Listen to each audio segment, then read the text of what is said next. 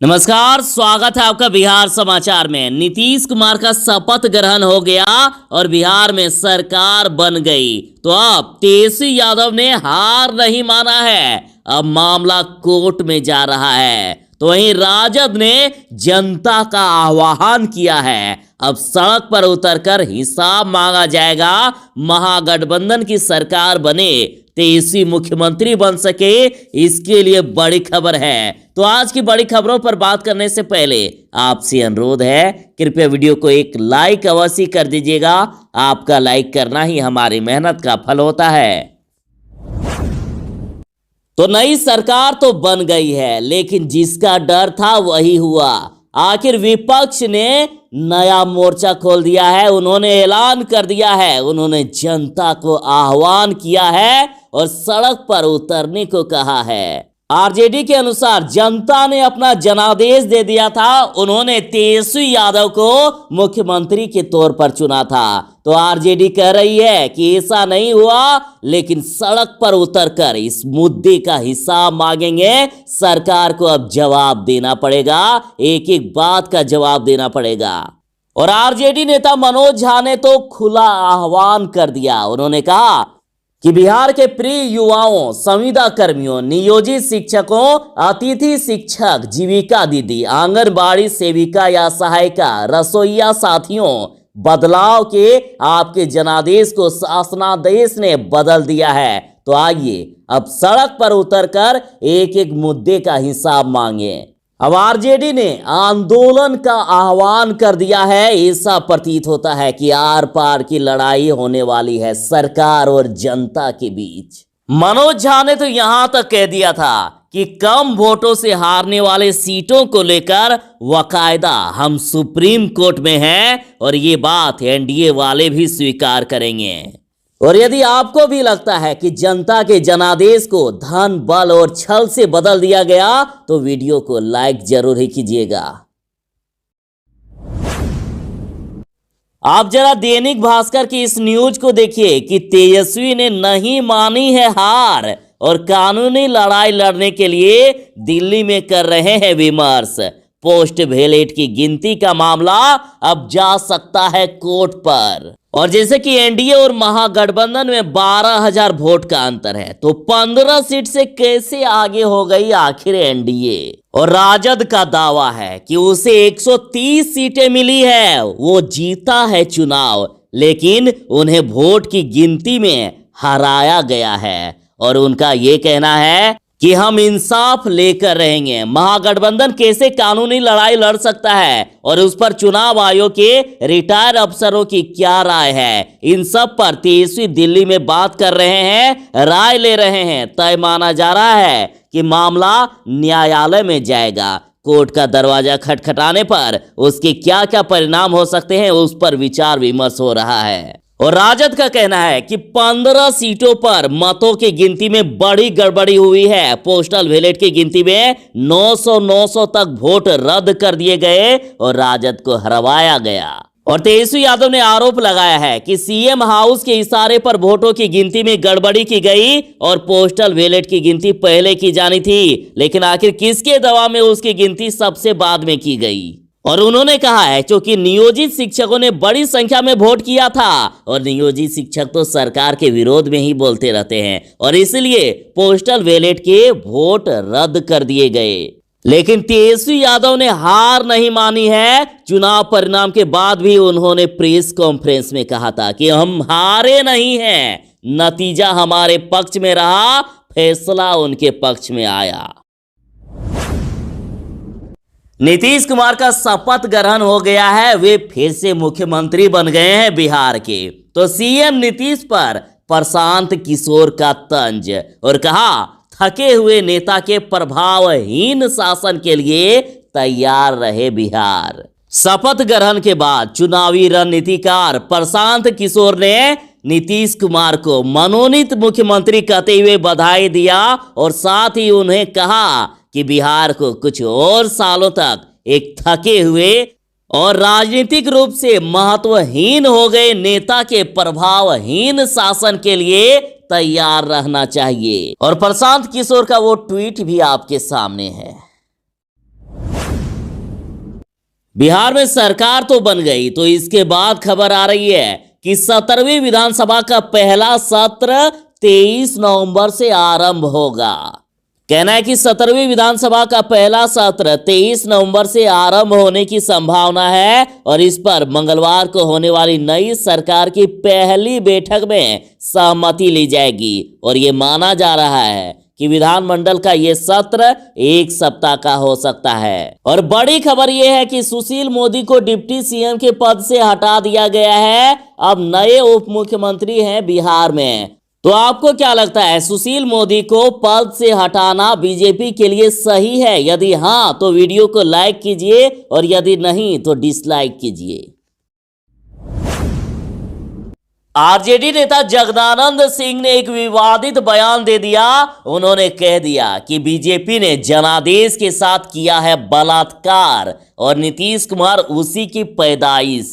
नीतीश कुमार के शपथ ग्रहण का बहिष्कार करने वाले वरिष्ठ नेता ने कहा है कि बीजेपी ने बिहार में जनादेश का रेप किया है और नीतीश उसी की पैदाइश है। उन्होंने नीतीश को भाजपा की गोद में पलने वाला बताया और कहा कि वह पहले भी धोखाधड़ी से ही सीएम बनते रहे हैं।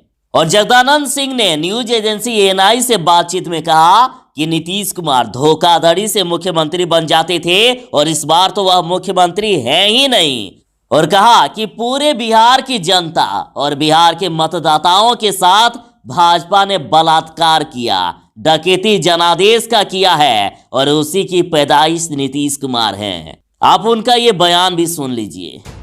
ये अवैध सरकार है, यह जनादेश के साथ डकैती से भी आगे मैं कह सकता हूँ बलात्कार करके भाजपा के गोद में पलने वाले नीतीश कुमार पूरी बिहार की जनता और बिहार के मतदाताओं के साथ जो भाजपा ने बलात्कार किया है, डकैती जनादेश का किया है, उसी की पैदाइश हो नीतीश कुमार। तेज प्रताप यादव ने ट्वीट करके कहा कि आदरणीय नीतीश कुमार जी को 7वीं बार मुख्यमंत्री मनोनीत होने पर हार्दिक बधाई एवं शुभकामनाएं। और कहा कि उम्मीद करता हूं कि इस बार चूहे दारू के नशे में कोई बांध नहीं तोड़ पाएंगे और उद्घाटन से पहले कोई पुल नहीं टूटेगा। तो वहीं तेजस्वी यादव ने भी ट्वीट करके कहा कि आदरणीय श्री नीतीश कुमार जी को मुख्यमंत्री मनोनीत होने पर शुभकामनाएं और आशा करता हूं कि कुर्सी की महत्वाकांक्षा के बजाय वो बिहार की जन आकांक्षा एवं एनडीए के 19 लाख नौकरी और रोजगार और पढ़ाई, दवाई, कमाई, सिंचाई, सुनवाई जैसे सकारात्मक मुद्दों को सरकार की प्राथमिकता बताएंगे। यानी उन्होंने मुख्यमंत्री को निमन जैसे सकारात्मक मुद्दों को सरकार की प्राथमिकता बनाएंगे। तो उन्होंने 19 लाख रोजगार देने के बात को भी छेड़ा और उन्होंने मनोनीत करते हुए तंज भी कसा। तेजस्वी यादव इस सरकार से इतने खफा हैं, इतने नाराज हैं कि उन्होंने नीतीश कुमार के शपथ ग्रहण समारोह का बहिष्कार कर दिया था। तेजस्वी यादव ने कह दिया था कि मैं शपथ ग्रहण समारोह में हिस्सा नहीं लूंगा। तेजस्वी ने आरोप लगाते हुए कहा था कि इस बार के चुनाव में बीजेपी ने चुनाव को हाईजैक कर लिया है। पूरे चुनाव में हम लोगों ने सही मुद्दा और जनता का मुद्दा उठाया और पहली बार ऐसा हुआ जब विपक्ष ने एजेंडा सेट किया था। तेजस्वी यादव ने शपथ ग्रहण समारोह का बहिष्कार कर दिया और उन्होंने आरोप लगाया था कि बीजेपी ने चुनाव को हाईजैक कर लिया है। और तेजस्वी ने कहा था कि देश का युवा, मजदूर, किसान, जीविका दीदी, नियोजित शिक्षकों या अन्य वर्ग हो, सभी में आक्रोश है। आक्रोश इस बात को लेकर है कि चुनाव के परिणाम को धन, बल, छल से बदल दिया गया और जनादेश को शासनादेश से बदल दिया गया है। बिहार के बेरोजगारों, किसान, संविदा कर्मियों, नियोजित शिक्षकों से पूछ के जनादेश को शासनादेश से बदल दिया गया है। बिहार के बेरोजगारों, किसान, संविदा कर्मियों, नियोजित शिक्षकों से पूछें कि उन पर क्या गुजर रही है। और एनडीए के फर्जीवाड़े से जनता आक्रोशित है और अब आरजेडी ने तो जनता का आह्वान भी कर दिया, रोड पर सीधे कह दिया कि चलो हम आंदोलन करेंगे। और राजद के बाद कांग्रेस ने भी नीतीश कुमार के शपथ ग्रहण समारोह का बहिष्कार कर दिया था और कहा था कि जनमत की चोरी से सरकार बन रही है, जहां जनमत की चोरी से सरकार बन रही हो वहां जाने से कोई फायदा नहीं है। नीतीश कुमार की पार्टी छोटी है और जनता उसमें विश्वास नहीं जताती है, ऐसे में कांग्रेस पार्टी शपथ ग्रहण का बायकॉट करती है।